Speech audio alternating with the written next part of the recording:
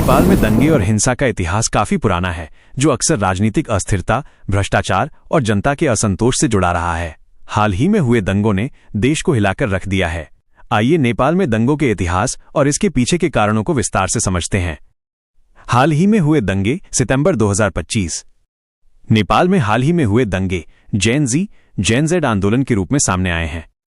इस आंदोलन के मुख्य कारण इस प्रकार हैं। भ्रष्टाचार और राजनीतिक कुशासन। नेपाल में लंबे समय से व्याप्त भ्रष्टाचार, नेपोटिज्म, भाई भतीजावाद और राजनेताओं के बीच सत्ता संघर्ष से जनता, खासकर युवा पीढ़ी में भारी आक्रोश था। नेताओं के बच्चों की विलासिता भरी जीवनशैली और आम जनता के लिए अवसरों की कमी ने इस असंतोष को और बढ़ा दिया। सोशल मीडिया पर प्रतिबंध।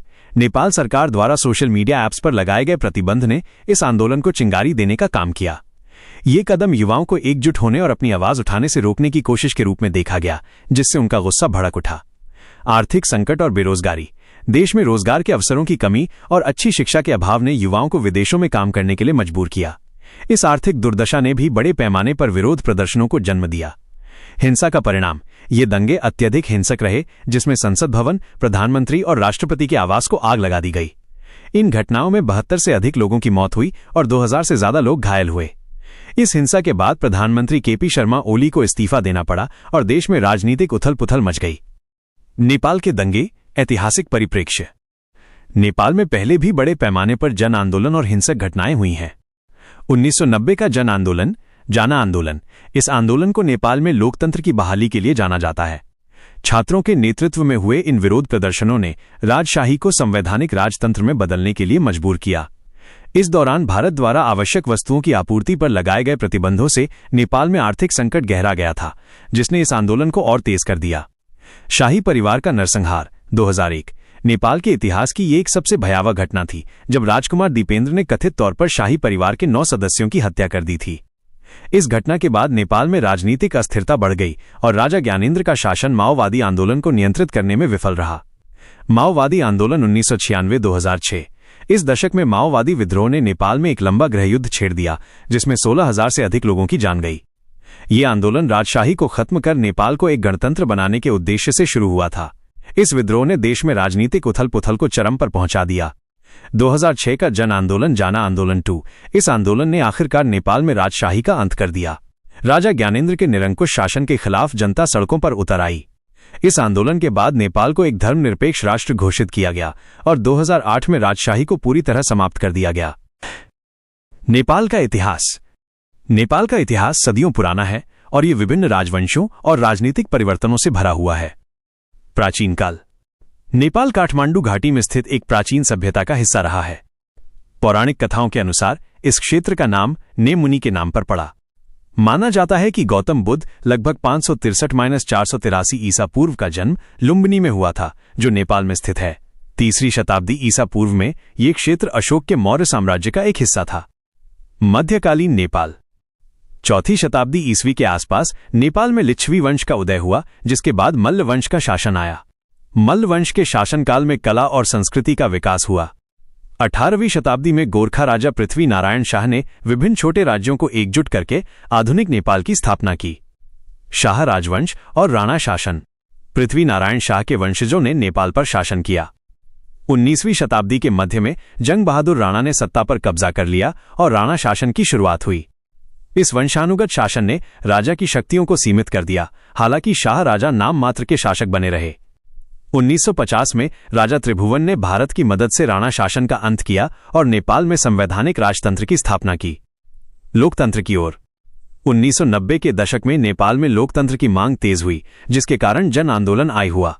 इसके बाद राजा वीरेंद्र ने संवैधानिक राजतंत्र को स्वीकार किया। 2001 में हुए शाही परिवार के नरसंहार ने राजा ज्ञानेंद्र को सत्ता में ला दिया, जिन्होंने बाद में लोकतंत्र को निलंबित कर दिया।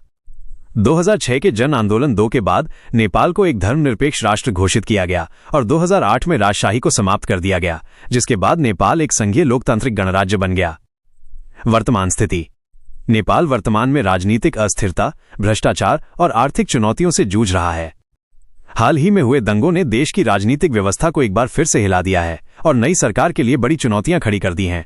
हाल ही में हुए दंगों का प्रभाव और वर्तमान स्थिति। सितंबर 2025 में हुए जेन-ज़ी आंदोलन के बाद नेपाल में जो राजनीतिक और सामाजिक उथल-पुथल मची, उसके दूरगामी परिणाम सामने आए हैं। राजनीतिक बदलाव। प्रधानमंत्री केपी शर्मा ओली के इस्तीफे के बाद एक नई गठबंधन सरकार का गठन किया गया है। ये सरकार युवाओं की मांगों को पूरा करने के लिए एक विशेष आयोग, स्पेशल कमीशन का गठन करने पर सहमत हुई है। इस आयोग का उद्देश्य भ्रष्टाचार, बेरोजगारी और सरकारी नीतियों में सुधार के लिए सिफारिशें देना है। सैन्य और पुलिस की भूमिका। दंगों के दौरान सेना और पुलिस की कार्रवाई पर सवाल उठाए गए हैं। मानवाधिकार संगठनों ने अत्यधिक बल प्रयोग की निंदा की है। इस कारण सरकार ने पुलिस बल में सुधार और मानवाधिकारों के प्रति संवेदनशीलता बढ़ाने के लिए कदम उठाने का वादा किया है। आर्थिक चुनौतियां। दंगों से नेपाल की अर्थव्यवस्था को भारी नुकसान पहुंचा है। पर्यटन, जो देश की आय का एक प्रमुख स्रोत है, बुरी तरह प्रभावित हुआ है। विदेशी निवेश पर भी इसका नकारात्मक प्रभाव पड़ा है। नई सरकार के सामने सबसे बड़ी चुनौती अर्थव्यवस्था को पटरी पर लाना और युवाओं के लिए रोजगार के अवसर पैदा करना है। सामाजिक प्रभाव। इन दंगों ने समाज में एक गहरा विभाजन पैदा कर दिया है। जहां एक तरफ युवा वर्ग सरकार में सुधार की मांग कर रहा है, वहीं दूसरी तरफ कुछ लोग मानते हैं कि हिंसा ने देश की स्थिरता को खतरे में डाल दिया है। सोशल मीडिया पर लगाए गए प्रतिबंधों को लेकर भी बहस जारी है, जहां कुछ लोग इसे अभिव्यक्ति की स्वतंत्रता का हनन मानते हैं। नेपाल का भविष्य, चुनौतियां और संभावनाएं। नेपाल एक चौराहे पर खड़ा है। उसके सामने कई चुनौतियां हैं, लेकिन संभावनाएं भी कम नहीं हैं। चुनौतियां। राजनीतिक अस्थिरता। देश में कोई भी सरकार लंबे समय तक स्थिर नहीं रह पाती, जिससे विकास कार्य बाधित होते हैं। भ्रष्टाचार। भ्रष्टाचार नेपाल की सबसे बड़ी समस्या है, जो हर स्तर पर व्याप्त है। आर्थिक असमानता। शहरी और ग्रामीण क्षेत्रों के बीच आर्थिक असमानता बहुत अधिक है, जिससे असंतोष बढ़ता है। बाहरी हस्तक्षेप।